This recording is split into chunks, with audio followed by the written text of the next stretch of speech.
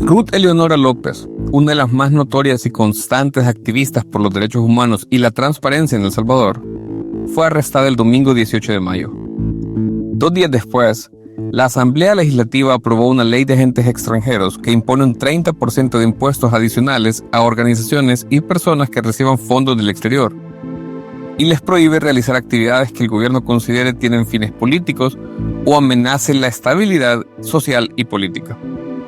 Es el peldaño más alto de la persecución del gobierno de Bukele contra el disenso. Bienvenidos al resumen del Faro Audio, un podcast con los temas más importantes de la semana. Soy Nelson Rauta.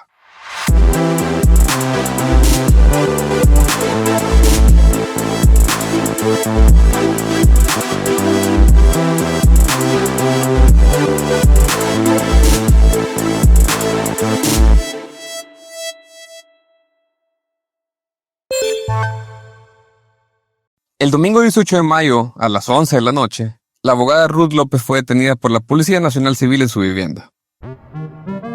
Los agentes que llegaron a su casa le dijeron, al principio, que estaba involucrada en un accidente de tránsito. Una excusa.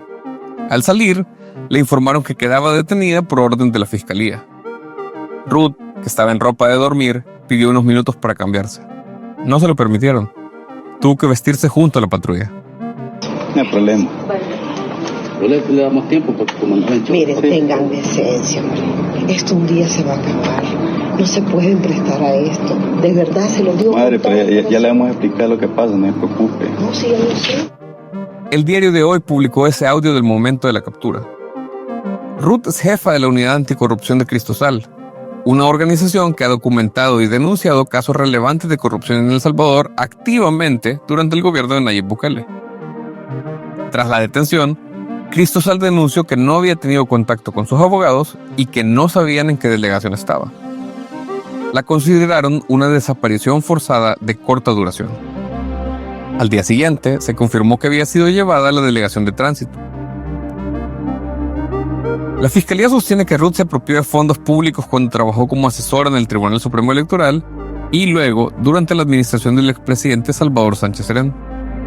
El tuit dice que López fue mano derecha de Eugenio Chicas, capturado en febrero por presunto enriquecimiento ilícito. La única información pública sobre el caso es ese tuit de la Fiscalía, que no contiene una sola prueba de las acusaciones. Ruth López ha sido una de las figuras más visibles en la lucha anticorrupción en el país. Desde Cristosal, ha presentado al menos 15 avisos penales por posibles actos de corrupción. Denunció el mal manejo del archivo Wallet y también el uso del software Pegasus para espiar a periodistas y defensores de derechos humanos. Su arresto ocurre en el régimen de excepción, que desde hace 3 años ha normalizado las capturas sin orden judicial, la incomunicación y la falta de garantías mínimas. De que ella es incapaz, de tocar un dinero ajeno, jamás de la vida. No, pues con mucha... la reconoce mucha gente y mucha gente la respeta. La captura de Ruth López fue el preludio de la ley de agentes extranjeros, que busca maniatar a organizaciones como Cristosal, donde López trabaja. Voceros del gobierno de Bukele como José Valdés han llamado a Cristosal el enemigo número 1 del país. Esta normativa exige que las organizaciones cooperantes se registren ante un nuevo registro en el Ministerio de Gobernación y establece un impuesto del 30% sobre las donaciones, transferencias y sobre la importación de bienes y materiales provenientes del extranjero. La iniciativa se aprobó con la vía express, dispensa de trámite, a petición del jefe de fracción del partido oficial Nuevas Ideas, Cristian Guevara. Fue aprobada en una sesión que duró apenas 1 hora y 24 minutos. Con esta ley, el gobierno podrá dictar con una sola orden qué organizaciones humanitarias o medios de comunicación independientes pueden operar en el país. Las que reciban permiso deberán inscribirse en un registro de agentes extranjeros y tributar un 30% de sus ingresos al gobierno. La ley es casi idéntica a la impuesta en 2020 por el régimen de Daniel Ortega en Nicaragua, donde más de 5.200 ONG religiosas, educativas, médicas, universidades y medios de comunicación fueron despojadas de su personería jurídica.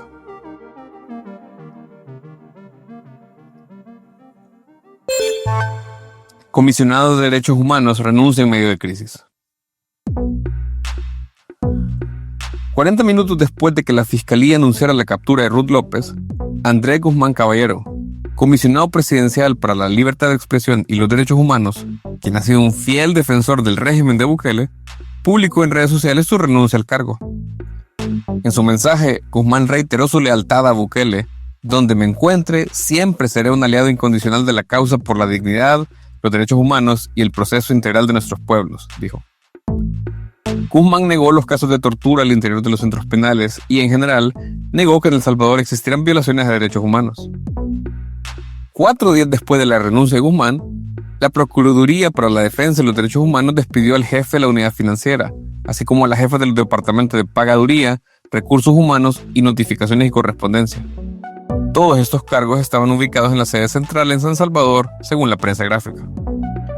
Ni la Procuraduría ni la oficina de Guzmán han hecho pronunciamiento alguno por las capturas contra reconocidos defensores de derechos humanos ocurridas en El Salvador durante el mes de mayo.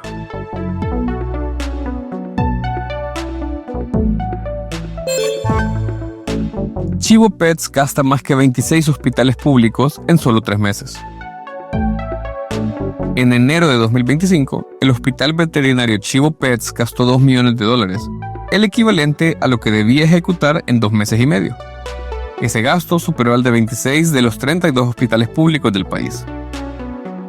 La prensa gráfica consultó el portal de transparencia fiscal del Ministerio de Hacienda y encontró que Chivo Pets tenía asignados $833,000 para ese mes, pero terminó usando mucho más. Chivo Pets recibe su presupuesto a través del Instituto de Bienestar Animal y todos sus fondos están destinados a bienes y servicios. Con lo gastado en enero, ya consumió una cuarta parte de su presupuesto anual de $10 millones. Este es el primer año en que aparece oficialmente en el presupuesto del Estado. Desde su inauguración en 2022, el gobierno no ha informado si recibió fondos ni cuánto. Aún así, su presupuesto en 2025 supera el de 26 hospitales públicos. El gasto de enero fue tan alto que equivale al monto combinado de los 6 hospitales que menos se ejecutaron ese mes: Suchitoto, Ciudad Barrios, Hilo Vasco, Santa Rosa de Lima, Jiquilisco y Sensuntepec.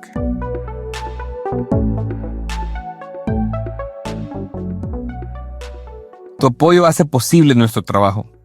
Con un aporte desde $4.99 al mes, podés ayudarnos a seguir contando las historias que otros no quieren contar. Ingresa a apoya.elfaro.net.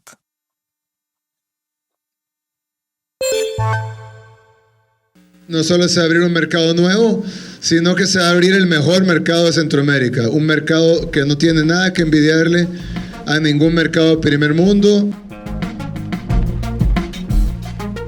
Esas fueron las palabras de Nayib Bukele hace 8 años, cuando inauguró el ex mercado Cuscatlán como uno de sus proyectos estrella durante su gestión como alcalde de San Salvador. Hoy, ese mercado está puesto en alquiler para un call center. Ubicado en la intersección de la 25 Avenida Sur y la calle Gerardo Barrios, frente al Parque Cuscatlán, el inmueble ha sido puesto en renta por la empresa de Desarrollo Universal SADCB. El proyecto arrancó a finales de 2015, el mismo año en que Bukele fue electo alcalde. Aunque fue presentado como un modelo de modernización del comercio informal, nunca llegó a funcionar a plena capacidad. Según constató el diario de hoy, en su mejor momento operó con menos del 40% de ocupación.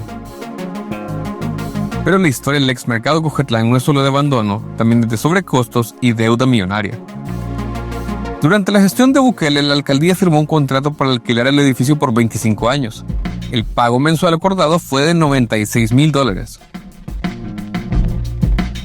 Pero en 2020, el entonces alcalde Ernesto Mason anunció que la alcaldía había dejado de pagar ese alquiler desde 2018. ¿Por qué? La Corte de Cuentas encontró que el contrato tenía irregularidades.